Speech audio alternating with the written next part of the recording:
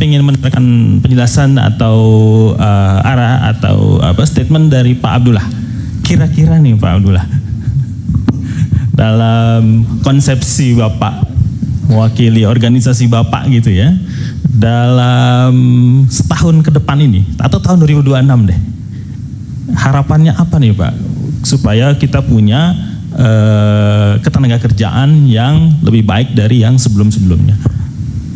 Baik, sahabat sekalian, bismillahirrahmanirrahim. Assalamualaikum warahmatullahi wabarakatuh. Waalaikumsalam warahmatullahi wabarakatuh. Merespon babak baru dan obsesi kami sebagai aktivis serikat pekerja hari ini, esok maupun masa yang akan datang, saya akan ilustrasi sedikit saja dulu.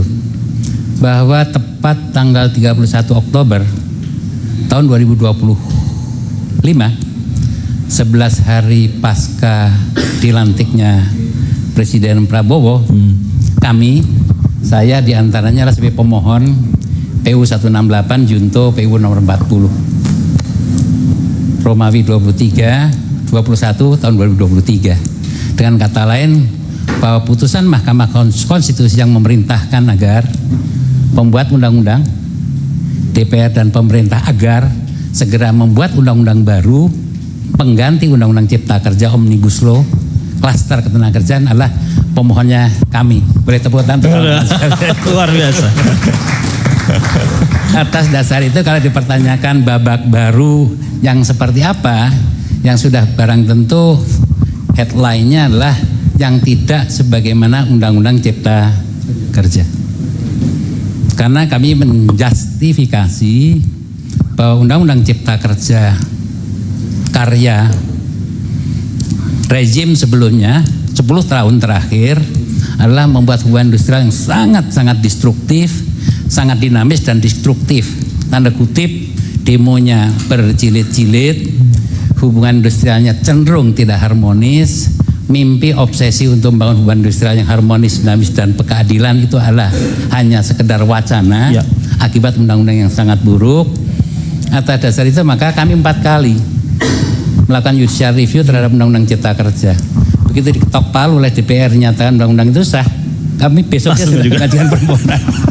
Dengan kata lain bahwa dalam sejarah kehidupan berbangsa dan bernegara semenjak 17 Agustus 45 sampai ini hari, undang-undang yang terburuk adalah Undang-Undang Cipta Kerja klaster ketenagakerjaan.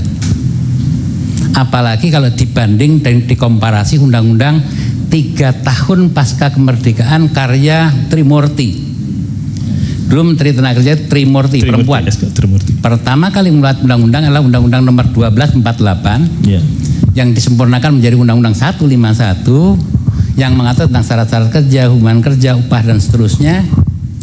Dibanding undang-undang yang 78 tahun merdeka, lebih buruk undang-undang 78 tahun pasca kemerdekaan. Jadi 3 tahun pasca kemerdekaan lebih bagus. Contoh, jam kerja perempuan. Kerja malam hari itu tidak 7 jam sehari, tapi 6 jam per hari, 35 jam per minggu. Gitu. Cuti haid hari pertama dan hari kedua wajib diliburkan dengan membayar upah penuh. Kalau sekarang berubah kan? Hari pertama dan hari kedua boleh cuti dengan catatan sakit. Kan turun batasnya. Jam kerja 7 jam sehari, 40 jam seminggu sama perempuan dengan laki-laki kan turun. Termasuk dalamnya outsourcing, kontrak, magang dan seterusnya. Itu yang jujur ngomong 10 tahun terakhir kepemimpinan pemerintah hari ini tidak disambut baik dengan suka.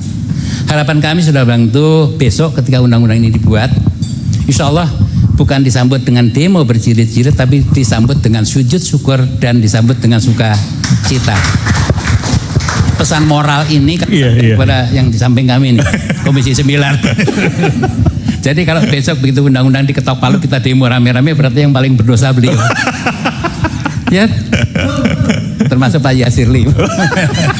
Oleh sebab itu, saya ulang sekali lagi, 11 hari pasca dilantik Pak Prabowo, kami yang mohon, kami yang mendengarkan pembacaan itu, dan kami yang mencermati, dan kami sudah menyerahkan pokok-pokok pikiran dan konsep baru Undang-Undang Ketenagakerjaan. Targetnya sederhana. Targetnya satu adalah kerja layak, kedua upah layak, ketiga jaminan sosial yang layak.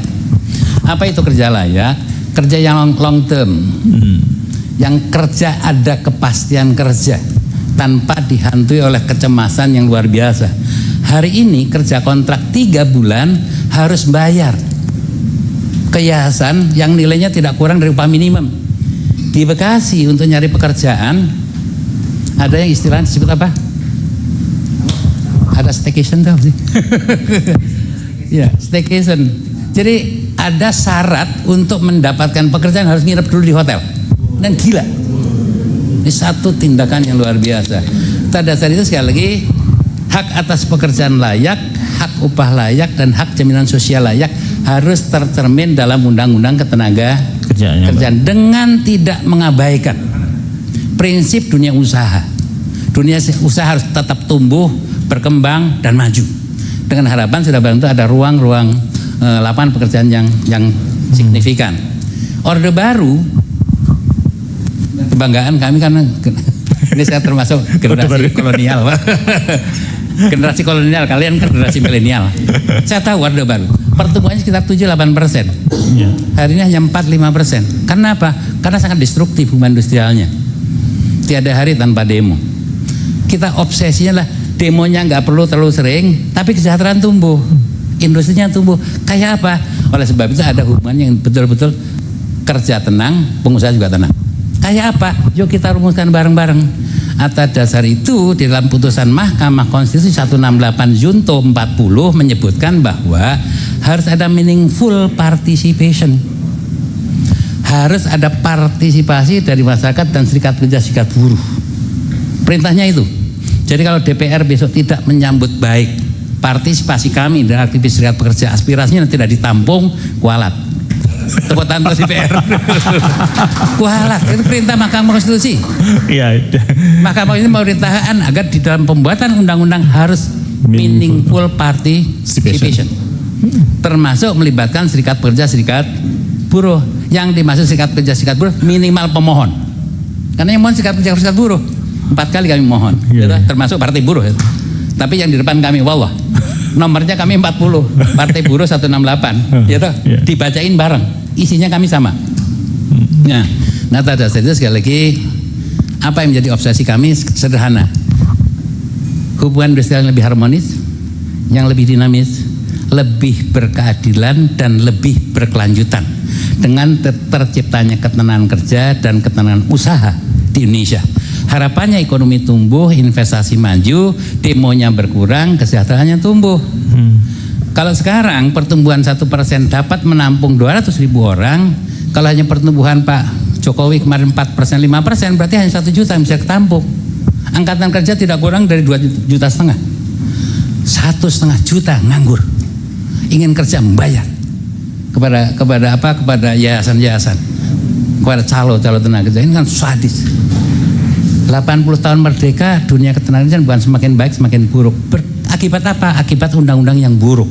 Sekali lagi kami berharap banyak ke depan undang-undangnya minimal kembali sebagaimana undang-undang karyanya Tri Murti itu atau kawan-kawan sekalian. Sekali itu catatannya. Pak, kalau misalnya kita berharap kita kembalikan, kan nggak mungkin kita kembalikan ke yang lama. Misalnya kita bicara bagaimana sih hubungan industrial itu, atau apakah kita perlu merevisi atau melakukan pendalaman atau pengkajian ulang mengenai hubungan industrial yang semestinya bukan yang seperti yang sekarang gitu. Gimana Pak? Ada 2. Yang pertama normanya, yang kedua etik. Norma sudah barang itu harus dibuat bagus, seimbang ya antara kepentingan pekerja dan kepentingan perusahaan. Hubungan industrial memang tidak harus long life employment, hubungan kerja sepanjang masa tidak harus. Boleh flexible employment, tapi mesti dipilih mana yang fleksibel, mana yang long life, gitu loh maksudnya. Mana yang boleh kontrak, mana yang tidak boleh kontrak, mesti diatur secara cermat. Sebab kalau semuanya kontrak, gak ada kepastian kerja. Akhirnya orang kredit aja bank nggak pernah ngasih. Ada yang ngasih pinjaman kepada pekerja kontrak? Nggak ada. Gitu. Orang kontrak itu nggak kasih pinjaman, jangan. Akhirnya terpaksa ada pinjaman kredit dari Maempok. Ya, apa itu? Nikah susah, itu nikah susah, kredit nggak mau. Boleh kontrak tapi mana gitu, gitu. Oleh sebab itu prinsip-prinsip long life employment adalah merupakan mesti dibuat sedemikian rupa, tapi yang fleksibel juga dibuat sedemikian rupa. Ya toh, harus ada mana yang boleh, mana yang enggak boleh, itu satu. Yang kedua, satu kepastian kerja. Yang kedua, kepastian upah layak. Upah layak itu harus didorong pelan-pelan agar menjadi cukup sandang, pangan, papan, kesehatan, pendidikan, dan tabungan. Arahnya ke sana. Sepanjang belum cukup sandang, pangan, papan, kesehatan, pendidikan, dan tabungan, niscaya ngapain kita merdeka? 80 tahun makannya susah. Gitu. Oleh sebab itu saya selalu katakan bahwa haram hukumnya di negara yang gemah ripah loh jinawi, pekerjanya miskin. Enggak adil. Dan jangan dianggap dengan upah besar itu membuat bangkrut pabrik. Enggak, Mas. Yang enggak boleh itu adalah upah kebesaran. Upah besar boleh. Boleh ya. Kenapa? Karena pekerja selain produsen juga konsumen. Iya. Ketika dia mendapatkan upah besar, dia memiliki daya beli yang baik. Dengan demikian akan terjadi perputaran ekonomi dan pada akhirnya upah itu kembali kepada pengusaha. Benar nggak? Ada nggak duit kalian yang disimpan di bawah kasur? Nggak ada. Kembali lagi kepada dunia pengusaha. Dibeliin motor kah? Dibeliin dari cendol sampai motor. Akhirnya kembali ke pengusaha. Nggak disimpan di bawah kasur, nggak. Dengan demikian upah yang besar akan mampu memutar roda ekonomi. Kenapa? Karena pekerja juga selain produsen juga konsumen. Tapi yang nggak boleh upah kebesaran. Kalian malas tapi mendapatkan upah gede, nggak benar itu, nggak benar. Itu namanya upah kebesaran, nggak boleh. Upah besar boleh. Buktinya di Jepang nggak bangkrut pengusaha karena upahnya besar, tapi nggak kebesaran, sesuai dengan produktivitasnya. Itu satu hak atas pekerjaan. Yang kedua upah layak. Ketiga jaminan sosial yang layak. Jaminan sosial adalah jaminan yang diberikan negara kepada rakyatnya akibat resiko sosial. Ketika rakyat terjadi resiko sosial, ya toh, satu resiko yang terjadi di luar jangkauan kehendak kita, tapi Tuhan kasih, negara hadir. Contoh kecelakaan, meninggal, usia tua, umpamanya toh, melahirkan, haid, itulah resiko sosial. Ditanggung oleh negara gitu, dengan kita iur. Nah, ketika norma itu didesain sedemikian rupa dan kita omong antara aktivis serikat pekerja dengan pengusaha secara baik, insya Allah output produk undang-undangnya bagus. Bagus itu bagus bagi pekerja dan bagus bagi pengusaha. Nggak bijaksana juga bagus buat pekerja doang, perusahaan jadi korban, nggak bagus. Gitu? Karena kita juga ingin industri tumbuh yang pada akhirnya ada lapangan pekerjaan, toh. Nah, sebab itu sekali lagi meaningful participation adalah merupakan kunci sukses pembuatan undang-undang untuk yang akan datang. Terima kasih. Terima kasih Abdullah. Kita aplaus. Jadi Pak Subhad